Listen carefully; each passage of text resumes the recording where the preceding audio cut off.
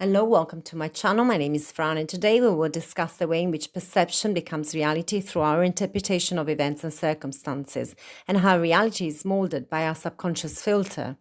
We will also discuss why some people are lucky and some are unlucky. First of all, a couple of words on perception. Perception happens through our sense organs, our eyes, ears, our skin, our taste buds, and our nose. Our perception of reality is thus limited to our five senses. People who have some impairment in any of these sense organs will have a completely different perception of reality from those who haven't. Animals and insects will perceive the same reality in a completely different way. Dogs can hear sounds that humans can't, and the sense of smell is much more refined and acute. Insects and birds may see different light spectra, which are invisible to the human eye. But even amongst non-impaired humans, there will be vast differences in the way we perceive reality. The language we speak and the words we use will greatly affect our view of the world. For instance, in the Navajo population of Native Americans, there isn't a word to define disability. Therefore, disability does not even exist in their culture. They're just people with different traits. The big debate about political correctness probably stems from the awareness that the way we talk about things actually affects how we perceive them. But even within the same population or family, people will perceive things differently. This is down to our childhood conditioning, which has become ingrained in our subconscious mind, and now it works as a filter to everything that we experience. As William James, the father of modern psychology, once stated, we don't see the world as it is, but as we are. In other words, reality doesn't exist, only interpretations of it. Optical illusions are just another example of how our senses can lead us down the garden path. Information which comes in from the senses is, at the fundamental level, vibration, which needs to be decoded and interpreted by the brain. And how the brain decodes it depends on our knowledge of the world. The brain takes in the signals from our senses and compares them with what it already knows about the world, with some templates of reality which it has previously stored in memory, and then it categorizes the new stimuli. Of course, the more knowledge you have, the easier and faster you are able to categorize new items. Unfortunately, though, you'll make more snap judgments and generalizations. This is a great skill to have in order to react quickly to threats in the outer environment, but not so great for imagining new possibilities and scenarios. Now, if you've experienced a lot of threats and unpleasant events early on in life, you'll be more likely to categorize new neutral events as threatening, as you've become biased towards them. The problem with this is that while your subconscious mind is trying to keep you safe, you're now living in the past. You become blind to new experiences and opportunities because your interpretation is tainted by your past. If you've been victimized, you'll tend to see executioners everywhere. The more you identify with the victim in your childhood, the more evidence you will find to reinforce your victim identity in adulthood. If you consider yourself unlucky, you'll focus on evidence for your bad luck everywhere. People who could consider themselves lucky have been proven to attract more opportunities, and that is largely because they are more aware of them. In one famous experiment by Richard Wiseman, people who had classified themselves as lucky or unlucky were asked to count the number of images found in a newspaper. The newspaper contained, amongst the various images, a token with which to claim a cash prize, and while the lucky group claimed the prize in the majority of cases, the unlucky group did not. People who didn't expect to find the prize simply did not see it. Furthermore, the lucky people took a few seconds to count the images, while the unlucky people took, on average, 2 minutes. This was before they didn't see or didn't trust a message which clearly stated, "Stop counting, there are 43 images in this newspaper." So this is one way in which our conditioning determines the reality that we experience, but it goes much deeper than that.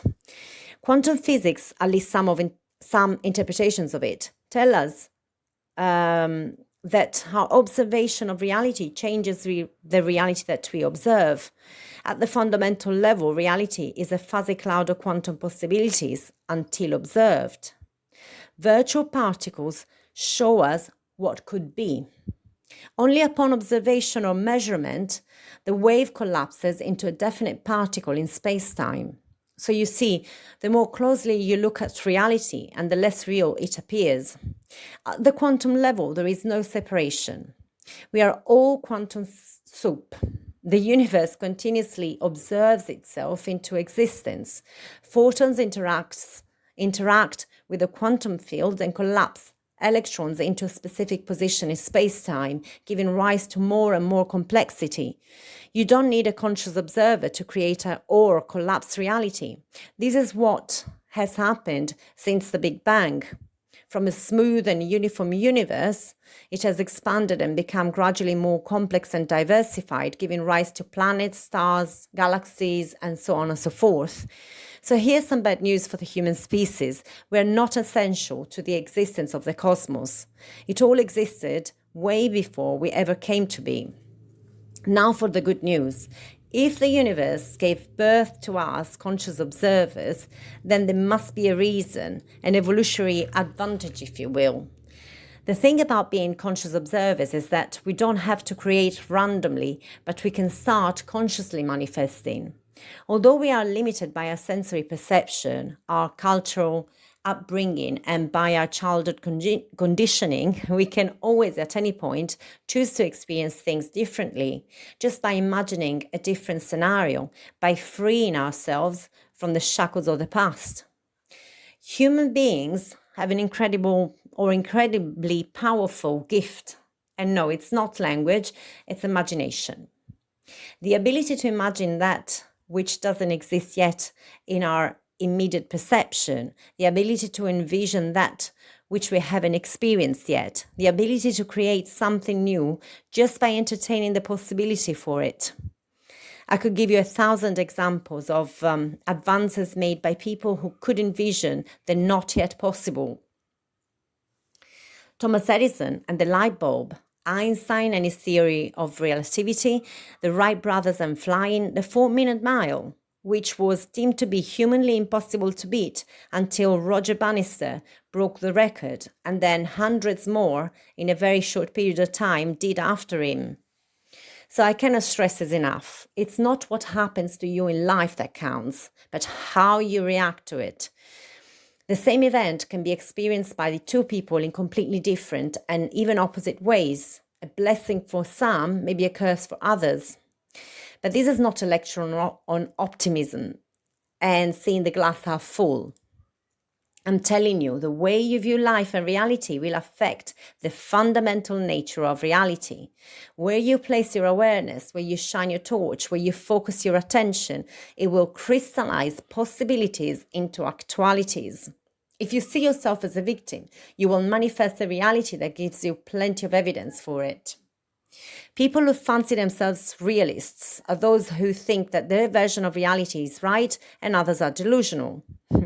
The truth is, we are all delusional, but we choose what hallucination we prefer, what version of reality we want to manifest and experience.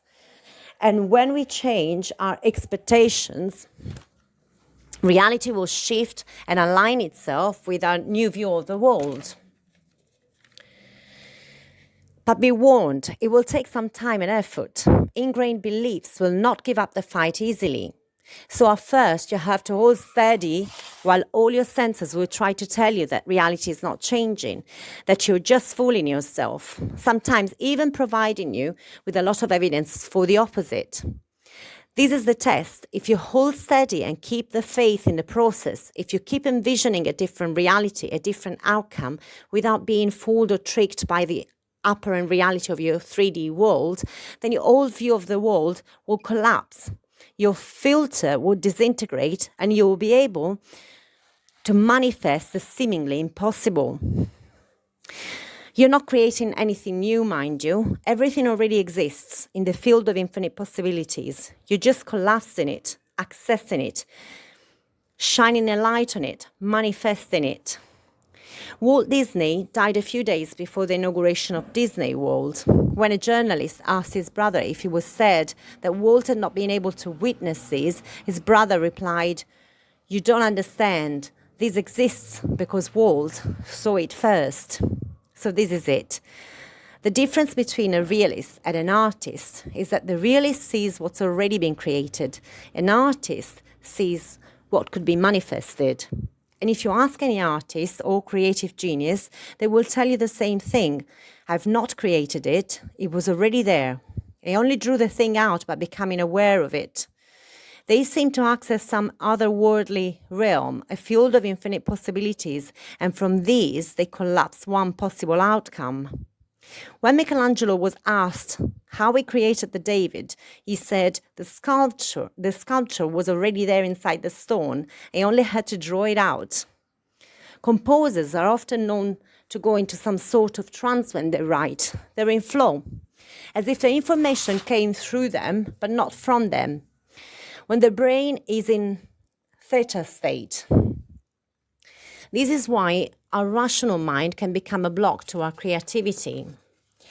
So this is it. We can become conscious creators by first envisioning the reality that we want to experience, and then by making the image so vivid that our subconscious mind doesn't know if it's real or imagined. And finally, surrendering all conscious control over to our subconscious mind. Once we have entered the destination, there's no need to program the route. We hand things over to the autopilot and then sit back, relax, and enjoy the view. And if you look outside and don't recognize the route or can't see your final destination, you don't start second-guessing the autopilot, do you? You don't resume control of the aircraft. You don't tell yourself, well, the autopilot must have got distracted and got lost. I know best. No, you just trust that it's taking you to your final destination via the quickest route. And if you don't like some of the landscapes on the way to your destination, you don't have to look outside the window or focus on them. You just keep envisioning your point of arrival.